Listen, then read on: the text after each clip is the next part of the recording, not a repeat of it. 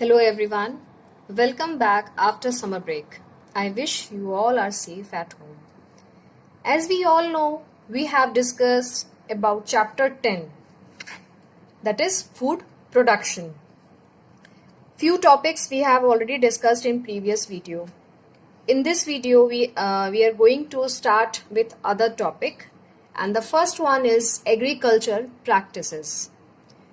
Now, the various steps taken by the farmer to produce a good crop are called agricultural practice. In that, farmer must have taken various steps so that a good production of crop they can get. And these various steps are, first of all, preparing soil. Second one, seed selection. Third, sowing. Fourth one, irrigation. Fifth one, manuring or fertilizing. Next one, crop protection. Next one, harvesting. And the last one, storage of grains. So one by one we will discuss about these steps. First one, preparing soil. It can be done by plowing and leveling. In that, farmer should prepare the soil for better production. So different steps can be taken by farmer. Second one, seed selection. In that, seed should be of good quality, healthy and free from diseases so that we can get good quality of product. Seed should be sown in proper distance. Now, next one, irrigation. What is irrigation? Irrigation is supplying of right amount of water at the right time. We can't wait for rain. We can't wait for different types of seasonal changes. Whenever plant need water, we can provide water by the process of irrigation. Now next one, manuring. Either by the natural method. These are the different steps we can take. That's a natural method, or by using manure and fertilizers. We will discuss later about manure and fertilizers. Protection from pest and disease by spraying pesticides and other chemical, because we need protect crop from different types of diseases. For that we can use these chemicals.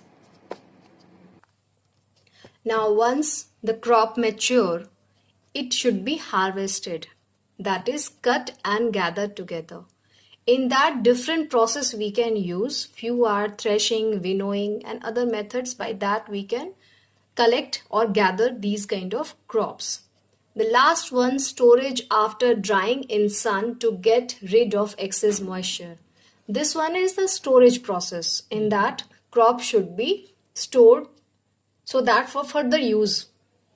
So these steps that a farmer should take for better production of crop. Now next one is method of irrigation. That can be divided into two, traditional method and modern method. Traditional method, that means farmer can use, by the traditionally they are using these kind of steps in that one, mode, chain pump and rahat.